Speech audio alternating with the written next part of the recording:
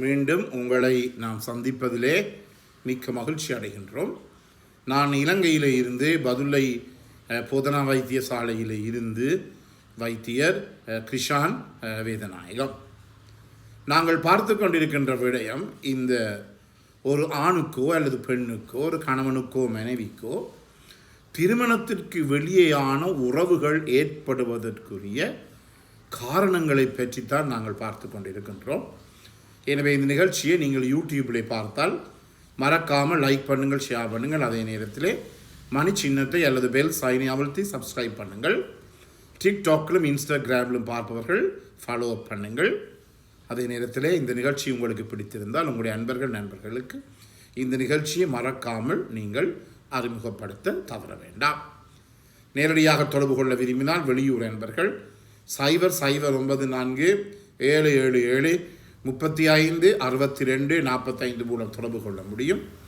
உள்ளூர் அன்பர்கள் 0777356245 மூலம் தொடர்பினை மேற்கொள்ள முடியும். போன நிகழ்ச்சியிலே ஒரு உதாரணத்தை சொன்னேன். இன்று இன்னும் ஒரு உதாரணத்துடன் உங்களுக்கு நாங்கள் விளங்கப்படுத்தலாம் என்று இருக்கின்றோம். உண்மையாக இந்த 3ஆம் உலக நாடுகளிலே சாதாரண குடும்பங்களிலே நடைபெறுகின்ற ஒரு சின்ன நிகழ்ச்சியைத்தான் நான் சொல்ல விரும்புகிறேன். உங்களுக்கு தெரியும், ஒவ்வொரு மாதத்திலும் சாதாரணமாக 20ஆம் தேதியிலேருந்து 25ஆம் தேதி தான் இந்த அரசாங்க உத்தியோகத்தர்கள் தங்களுக்குரிய சம்பள பணத்தை பெற்றுக்கொள்வார்கள். எனவே ஒரு நாள் அவருடைய மனைவி, கணவன் மனைவி இருக்கிறார்கள், 2-3 பிள்ளைகள் இருக்கிறார்கள். மனைவி அன்றைக்கு சம்பளம் வந்தவுடன் போய் ஒரு சாரியை ஒரு கடையிலே வாங்கி வருகிறார்.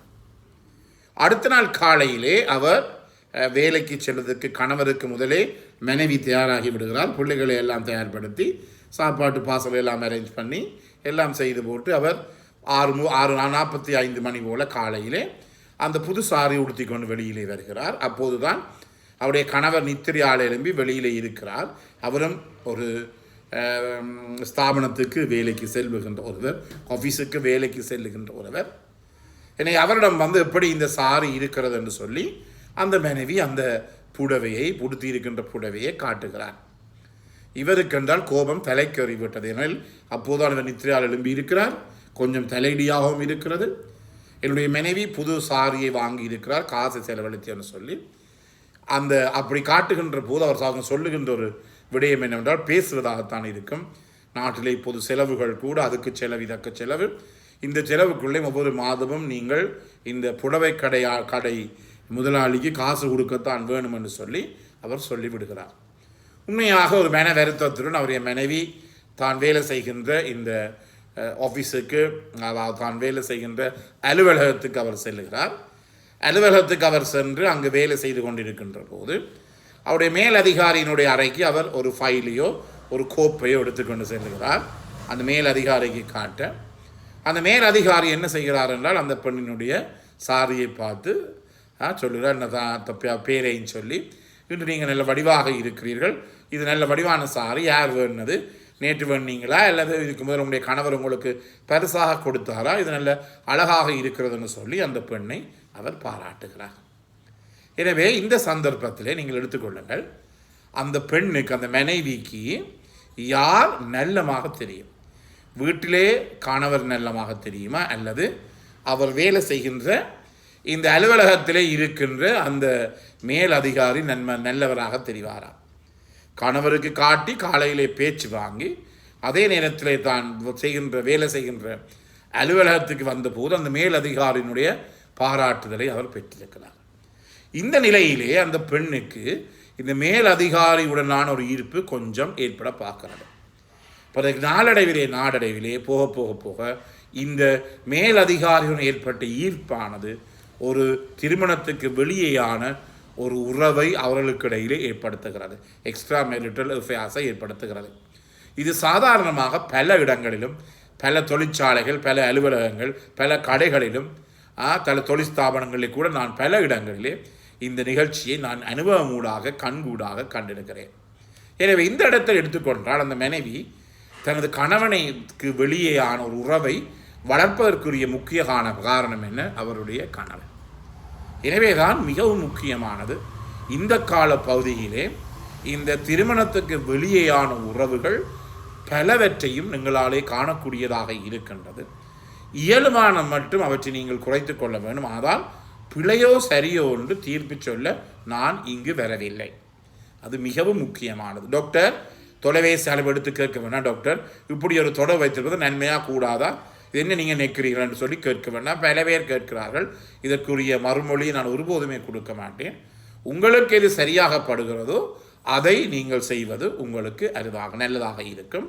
அதே நேரத்தில் நான் முதலிலே சொன்னது போல எங்களுக்கு இந்த 21 வயது வந்த பிற்பாடு எங்களுக்கு இந்த மூளையினுடைய முச்சோனை ஃப்ரண்டல் லோப் நல்லாக வேலை செய்யும். நன்மை தீமையை பகுத்தறியக்கூடிய தரம் இருக்கும். என்றபடியினாலே இவற்றில் ஈடுபடுவதனாலே ஏற்படுகிற பாரதூரமான பிரச்சனைகள் எங்களாலே காணக்கூடியதாக இருக்கும். அதே நேரத்தில் மற்றவர்களுடைய பேட் எக்ஸ்பீரியன்ஸ், மற்றவர்களுடைய பழைய இந்த பெரிய தவறான எக்ஸ்பீரியன்ஸ், அது அவருடைய சாட்சிகள் எல்லாம் எங்களுக்கு ஒரு உறுதுணையாக இருக்கும். என்ன, ஆமாம் இப்படி போனால் இப்படித்தான் நடந்தது.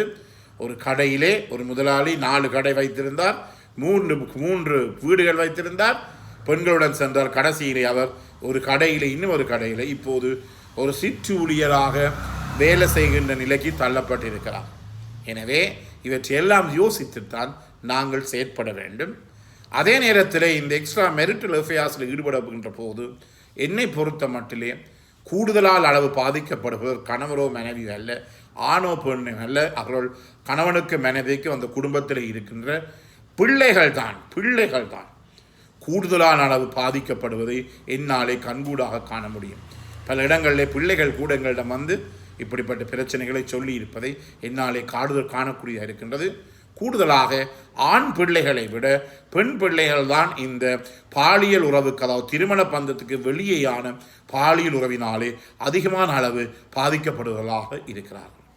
எனவே இவற்றைக்கெல்லாம் நாங்கள் கருத்தில் கொண்டு இயலுமான மட்டும் என்ன செய்ய வேண்டும், சரியா பிழையா என்ற ஒரு தீர்மானத்தை எடுக்கின்ற நிலையிலே நாங்கள் இருக்க வேண்டும். அதே நேரத்தில் என்னுடைய கணவனோ என்னுடைய மனைவியோ இவ்வாறு ஒரு பிரச்சனைக்கு மாட்டுப்படுவதற்கு முக்கிய காரணம் அந்த வீட்டில் இருக்க கணவனும் மனைவியாக இருக்குமா தவிர வேறொருத்தரும் கிடையாது. எனவே உதாரணமாக பார்க்கலாம், சில கணவன்மார் இருக்கிறார்கள் 24 மணித்தியாலமும் வேலை தான், 24 மணித்தியாலும் வேலை. வீட்டிலே மனைவி இருப்பதை கவனிப்பதும் இல்லை. மனைவியின் அக்கௌண்ட்டுக்கு காசு அனுப்பி போட்டு அப்படியே வேலை. அப்போது இந்த மனைவியினுடைய பாலியல் தேவையை, செக்ஷுவல் டிசைரை அல்ல செக்ஷுவல் லிபிடோவை தீர்த்து கொள்வது யாரு? அந்த நிலையிலே அந்த மனைவி வேறொரு ஆளை தேடுகின்ற ஒரு தன்மை காணலாம். அதே போல சில பெண்களை பார்த்தால் வெளிநாட்டிலும் வேறு வீடுகளிலும் தொடர்ந்து உழைத்து கொண்டு இருக்கிறார்கள். வீட்டில் இருக்கிற கணவனை கவனித்துக் கொள்வதில்லை. ஒவ்வொருவருக்கும் பாலியல் உறவு என்பது மிகவும் முக்கியமான ஒன்று. அது எந்த மிருக இனத்தில், அனிமல் கிங்டம் என்று சொல்லுவோம், மிருக இனத்திலே அது ஒரு பொதுவான ஒன்று. யானை, பூனை, எலி, சிங்கம் எதாவாகவும் இருக்கலாம், மனிதராக இருக்கலாம். ஒருத்தருமே இதற்கு வெளியிலே போக முடியாது. என்றபடியினாலே இந்த பாலியல் உறவை நாங்கள் மதித்து கொள்ள வேண்டும். ரெண்டாவதாக ஆண்களுக்கு சொல்லுவார், இவரை உங்களுக்கு ஏதாவது நோய்கள் இருந்தால், உதாரணமாக எரெக்டைல் டிஸ்ஃபங்க்ஷன், ஆண்குறி விரைப்படைய முடியாத தன்மை, அதே நேரத்தில் விந்து முந்துதல், ப்ரீமேச் இஜக்குலேஷன், இவற்றுக்குரிய மருந்துகள் எல்லாம் இப்போது எல்லா இடங்களிலும் கிடைக்கும். நல்ல மருந்துகள் எல்லாம் இப்போது வந்திருக்கின்றது. என இவற்றை பாவித்து அவற்றின் மூலமாக அதற்கு ஒரு தீர்வு கண்டு உங்களுடைய பாலியல் உறவை எப்போதுமே ஆரோக்கியமான பக்கத்திலே வைத்துக் கொள்ளுங்கள். இல்லாவிட்டால் என்ன நடைபெறும் என்றால் அது பாரதூரமான பிரச்சனைக்குத்தான் உங்களை இட்டு செல்வதை காணக்கூடியதாக இருக்கும். எனவே இது மிகவும் முக்கியமான ஒன்று. என்ன நோய் இருந்தாலும் உங்களுக்கு பாலியல் சம்பந்தமான பிரச்சனைகள், சந்தேகங்கள் இருந்தால் என்னுடன் தொலைபேசியின் மூலமாக கதைக்கலாம், பிரச்சனை இல்லை. அதே நேரத்தில் உங்களுக்கு அப்படி கதைக்காத சந்தர்ப்பத்திலே உங்களுடைய ஃபேமிலி ஃபிசிஷியன்ஸ் இருப்பார்கள், அவரிடம் சென்று அவற்றுக்குரிய ஆலோசனையை நீங்கள் பெறக்கூடியதாக இருக்கும். எனவே நீங்கள் தருகின்ற அனைத்து ஆதரவுக்கும் எமது மனமார்ந்த நன்றியை தெரிவித்து விடை பெறுகிறேன். நன்றி, வணக்கம்.